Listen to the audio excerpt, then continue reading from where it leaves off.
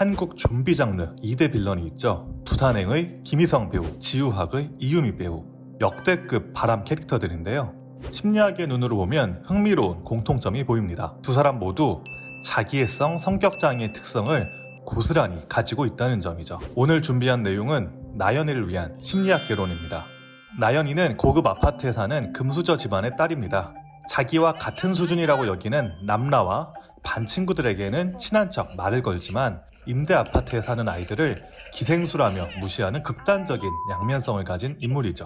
나연은 아파트 단지 안을 무단으로 가로질러 등교한다는 이유만으로 경수와 같은 기초수급자 아이들을 대놓고 무시하거나 증오하는 말을 거침없이 내뱉습니다. 좀비들에게 물려 갇히게 된 방송실에서조차 임대 아파트에 사는 경수를 대놓고 무시하는 말을 하면서 참다 못한 경수와 충돌하게 되고요. 자신에게 불리한 분위기로 몰리자 경수를 무작정 감염자로 몰아붙이는 모습을 보여줍니다. 나 다 봤어. 도대체 나연이는 왜 이러는 걸까요? 성격장애를 다루는 임상심리학에서는 이러한 나연이의 특성을 자기애성 성격장애라고 부릅니다. 누구보다 나는 특별하고 세상은 내 중심으로 돌아가야 한다고 진심으로 믿는 거죠. 그래서 실제 보고된 자기애성 성격장애 케이스에는 흥미로운 내용들이 많습니다.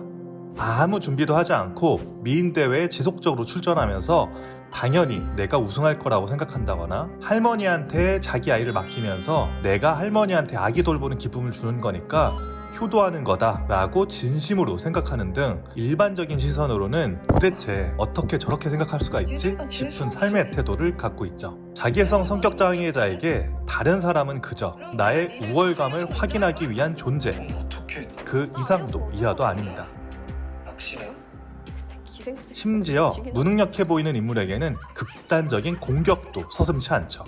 왜냐면 나는 특별하니까 그래도 되고, 약자는 무능력하니 그렇게 당해도 싸다는 심리가 있죠. 무시당할 만하잖아.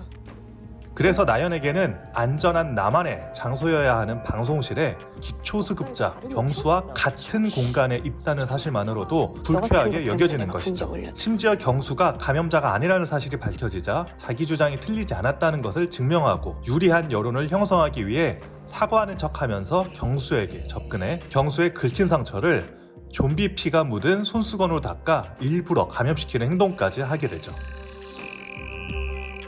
임상심리학의 눈으로 보면 자기애성 성격장애를 가진 사람이 충분히 할 수 있는 이상행동이라고 할 수 있습니다. 이들은 방어기제가 남들에 비해 굉장히 강합니다. 특히 내가 잘못한 게 있다고 해도 그 잘못을 다른 사람에게 되돌리는 투사를 하기도 하고요.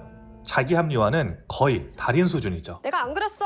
그래서 일부러 경수에게 감염을 시키면서까지 내 행동은 절대 틀리지 않았다고 친구들에게 인정받으려고 하는 것이죠. 내 말이 틀린지 아닌지. 자기애성 성격장애를 가진 사람은 왜 그렇게 행동하는 걸까요?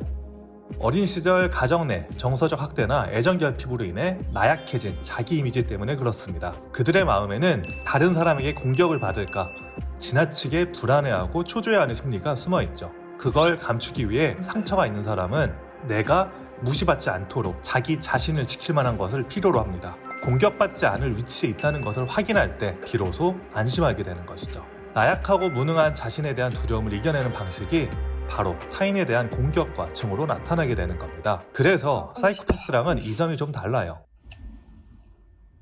지금도 하나.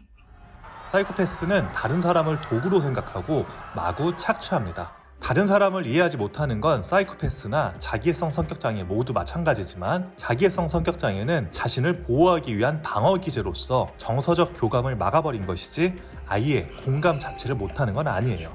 그래서 나연이도 음악실에 갇혀 있을 때 잘못도 느끼고 죄책감 때문에 경수 환영을 보곤 하죠.